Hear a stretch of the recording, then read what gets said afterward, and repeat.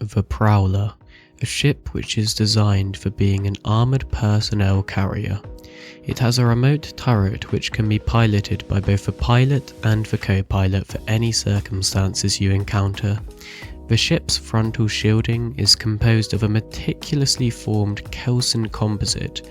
This is the most resilient transparent shielding of its era, and the unique thing about this is that it made an opaque coating on the outside whilst having a translucent effect on the interior.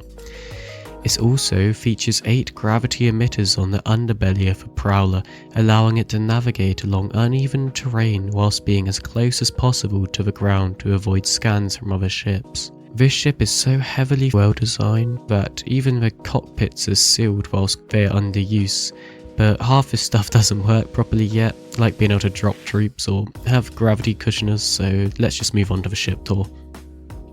Now, if we start off with the ship tour of the Prowler, and as you can see just before I enter from the front, there's no windows, you cannot see into it.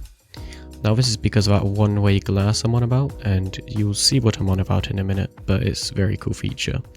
You can see its arms or legs or deployment landing gear is here. It's like its arms, it feels like.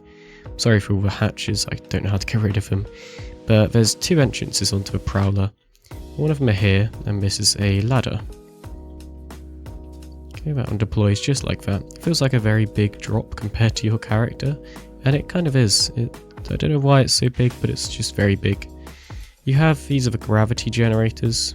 These are the things that'll cushion you when you're flying along the floor. This isn't in the game yet, but in the future it will be. It'll be to assist you as well, it won't just be standalone. These are where the hatches are that the people would drop out of when they're ready to fall. Here you go, each one of them individually open up. More gravity generators, and towards the back you can see we have a very long tail. And here's the ramp access. Opening this one up, you can see that these side bits come out. When it's all closed, it's like this. When it's opened, it's like this. This allows for additional shielding when the troops are walking down the bottom, so you don't get your head shot off basically. You can't fit any vehicles up this ramp, at least none that I've tried, but there you can see you can't be shot at there. There you go, entering into here though, we have kind of like a kind of barrier. So if you're standing in this section here, you're alright, but if let's say you closed this, nice animation, and you're standing here, you still need to wear a helmet, it's not decompressed. But entering into a Prowler, and you can see straight away there's a very alien feel about this. It's very red and gloomy with bright lights over the top. But just to our right here, we have 2 drop pod seats. You don't actually sit down in these, so you stand up and you kind of rest there with the top hatch of it, and also a storage, but the top kind of bit's meant to come down and cover you up, but it doesn't do that for some reason. I know it has in the past though, so I don't know what I'm doing wrong here. That would cover your chest though, and you're held there like a soldier. They're all exactly the same though with that, so I won't show everyone. You have a weapon holder just to the side of each one. Here you go, one, and another one. But that's the back side of the Prowler, and here's where the main ones are. You have one either side of this kind of pole that drops down, and then you exit with this door just here. Now you can fall out of these, but it's still compressed, like you can still breathe in the zone when one of them are open, where you can kind of see it, there's like still a film, a barrier there. Closing that one up though, they get kind of their weapon holders there. It's all kind of identical just along here. Okay. Going towards the back there, we have some stairs which lead up into the secondary kind of drop zone room. 4 weapon racks there. These are for your 4 troops which are held there.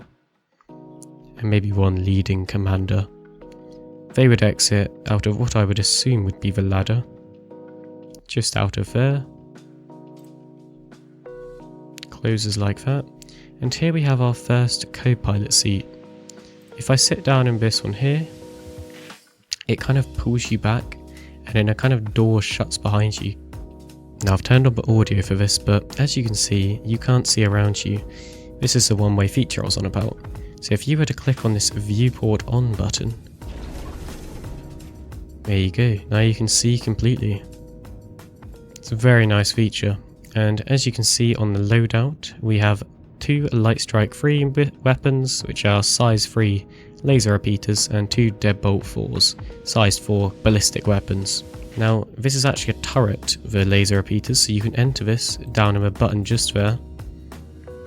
And as you can see, all fires away like this. And you can either use it as a turret, or you can use it... I'll just take off it quickly. You can either use it as a turret, or just flying like normal. There you go, it still works just the same. And it is gimbal mounted, so that's alright. You get 4 LCD screens, and you can see a decent amount around you. But remember, this is just for co-pilot seats, so not much is expected from it anyway. Turning this viewport off, and we can exit and go up the ladder. You see, it launches you back, but exiting this just falls into the left. You can see we have a ladder. Now, you might forget it's a ladder sometimes, because it doesn't really look like one, but it's really cool the way it's designed. Climbing up this though, this is where the main pilot's deck is. You have access to components all around you. Now, I heard from somewhere that they might be redoing this because you can't bring them components down to change them out, so there might be something going on with that in the future. I'm not 100% sure though.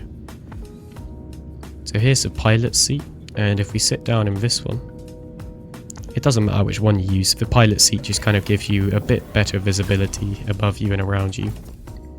But in the end of it, it doesn't matter. Again, if we go down to the bottom right and we click the viewport on,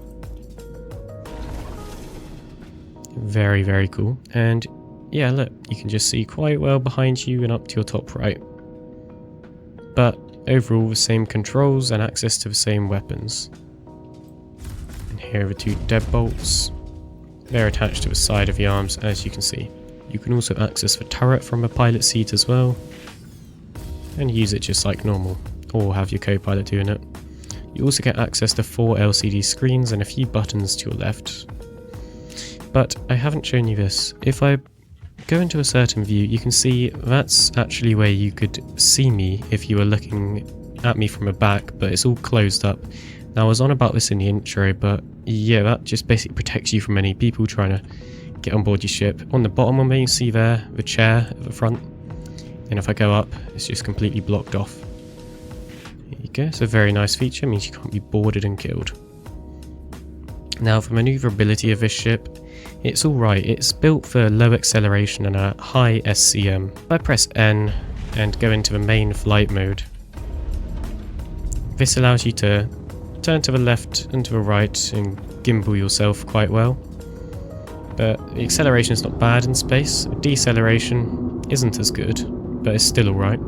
But if you do it with a little bit of VTOL, you can make yourself accelerate and decelerate even faster sometimes. You might be able to get used to it after a while. It does take a few minutes to get used to it. Now, this ship is really made to be staying under the radar and kind of being stealthy, which is why it doesn't have the highest acceleration on the ground.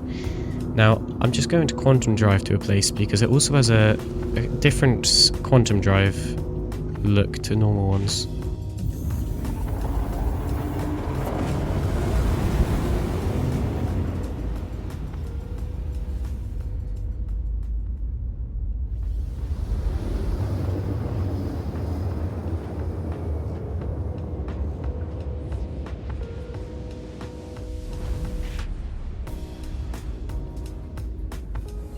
Sorry for a little bit of that lag, but as you saw there, it's really cool, their quantum animation. It's got to be my favourite Alien one, I have to say. Here's what the engine sounds like.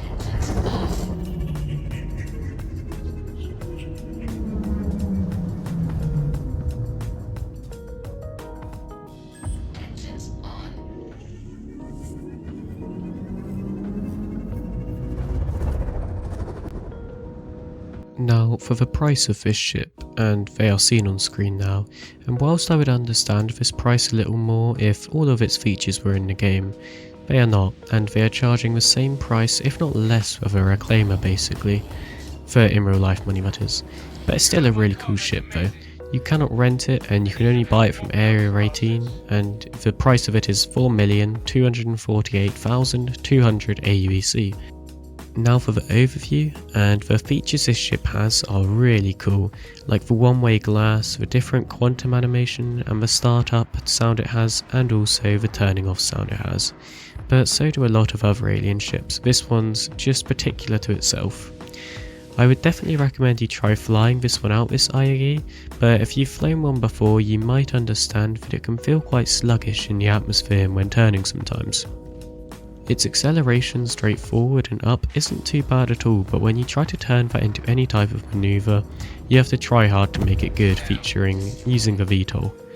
This may just be personal experience though, and you may find it different. Its weapons are great for general use and even taking out medium-sized ships or players, but its shields still feel quite weak even though it has two size 2s, but again that may just be me taking a bunch of hits carelessly. Overall though, great ship, I really like it, a bit on the pricey side but feels worth it still. Anyway though, that's me, hope you enjoyed the video, and that's me Duffer out.